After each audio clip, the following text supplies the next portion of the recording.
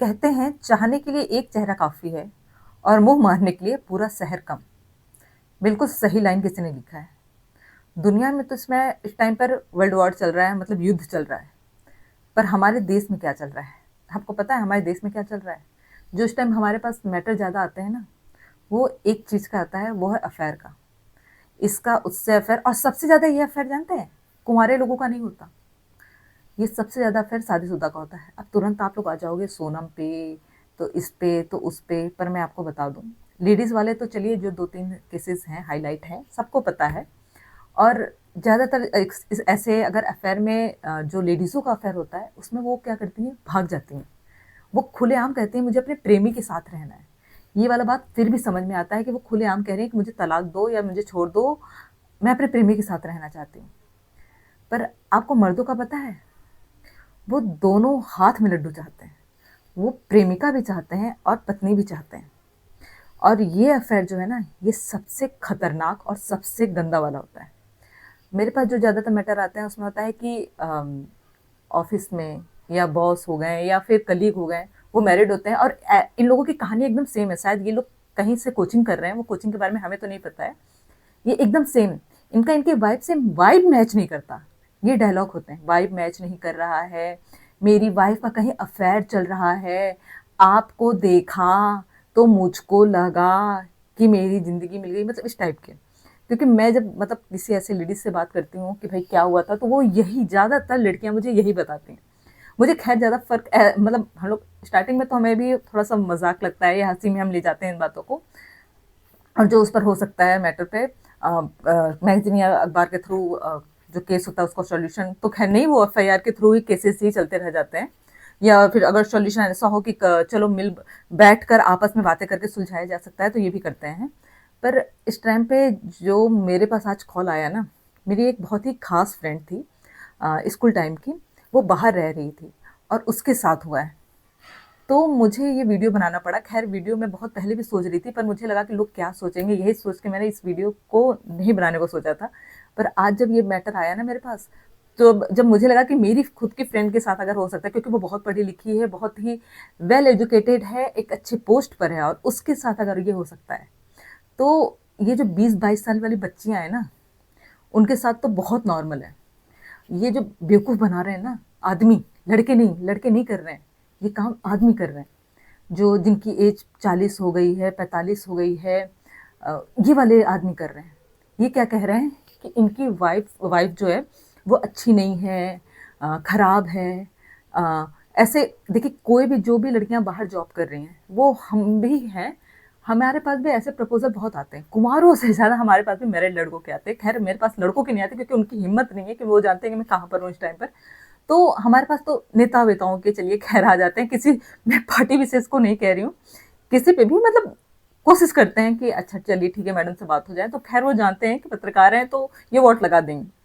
पर जो नॉर्मल वाली लड़कियाँ हैं ना, वो बातों में फँस जाती हैं क्योंकि लड़कियाँ होती हैं इमोशनल और उन्हें ये अपने तरीके से बेवकूफ़ बना सकते हैं। मेरी जो फ्रेंड मैं बता रही हूँ एक अच्छी पोस्ट पर है, तो आप समझ रहे हो कितनी एजुकेटेड होगी, कितनी शिक्षित होगी और उसके साथ ऐसा स्कैम हो सकता है, तो आपके साथ भी हो सकता है। उसके साथ क्या हुआ है कि लड़के ने पहले बताया कि उसकी वाइफ़ का कहीं चक्कर है और वो मेरी फ्रेंड को देख के बहुत मोहित हो गया और उसको उसके साथ बैठकर कॉफ़ी पी के बहुत अच्छा लगा।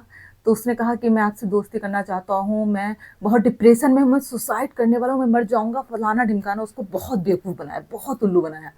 और लास्ट में उसको अपने उसकी जब वाइफ़ को पता चल गया कि उसका अफ़ेयर कहीं और चल रहा है, तो अपनी वाइफ़ की नज़र में अच्छा बनने के लिए उसने मेरी फ्रेंड को इतना बुरा-भला बोला है, इतना बुरा-भला, और कहा है कि मेरी फ्रेंड उसको परेशान कर रही थी और ये बच्चा था और उसको वो बेवकूफ़ बनाई। ऐसा पहले तो मुझे ये समझ में आ रहा है, वो ख़ैर अब बोलना नहीं चाहती हूँ, फिर भी मुँह से निकल रहा है, वो चूतिया जैसा लड़का।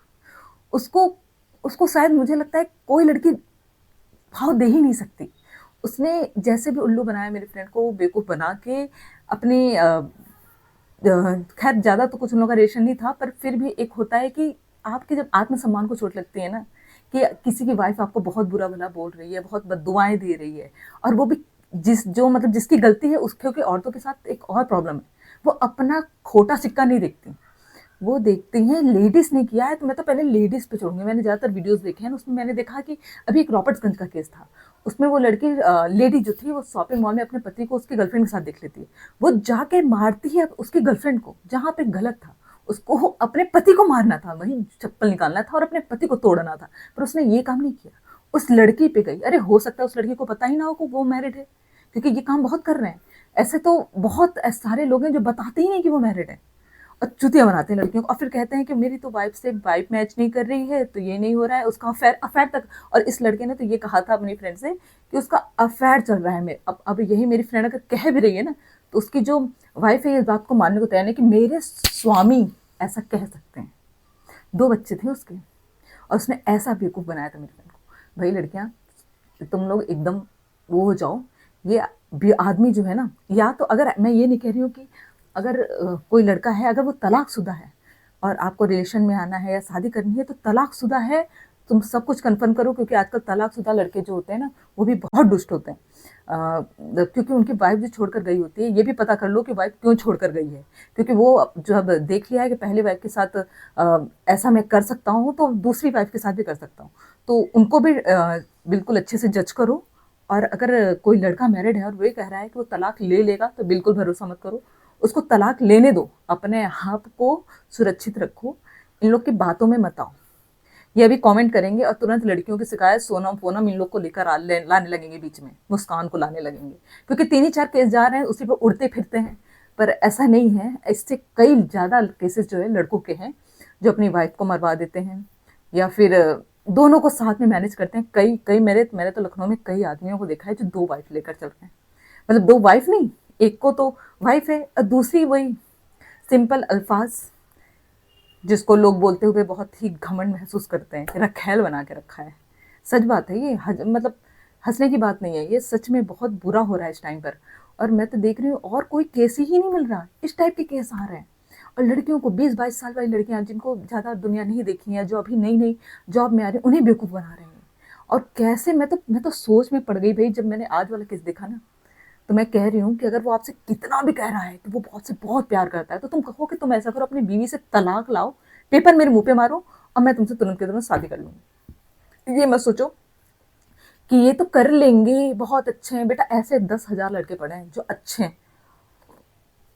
अरे जब मैं देखती हूँ कि भाई इस टाइप के लड़के जो जिनको दोनों हाथ में लड्डू चाहिए ना, रसगुल्ले चाहिए दोनों हाथ में, तो ये किसी के नहीं होते हैं। और तुम खुद सोचो, जो आदमी अपने 2-3 बच्चों के होते हुए, अपनी वाइफ के होते हुए ये कह रहा है कि उसकी अरेंज मैरिज ज़बरदस्ती कराई गई थी, हाथ पकड़ के ज़बरदस्ती उसके माँ बाप ने करा दी, और ये बच्चे भी ज़बरदस्ती पैदा करवा दिए गए, उससे ज़बरदस्ती, बिल्कुल हर चीज़ ज़बरदस्ती हुआ है।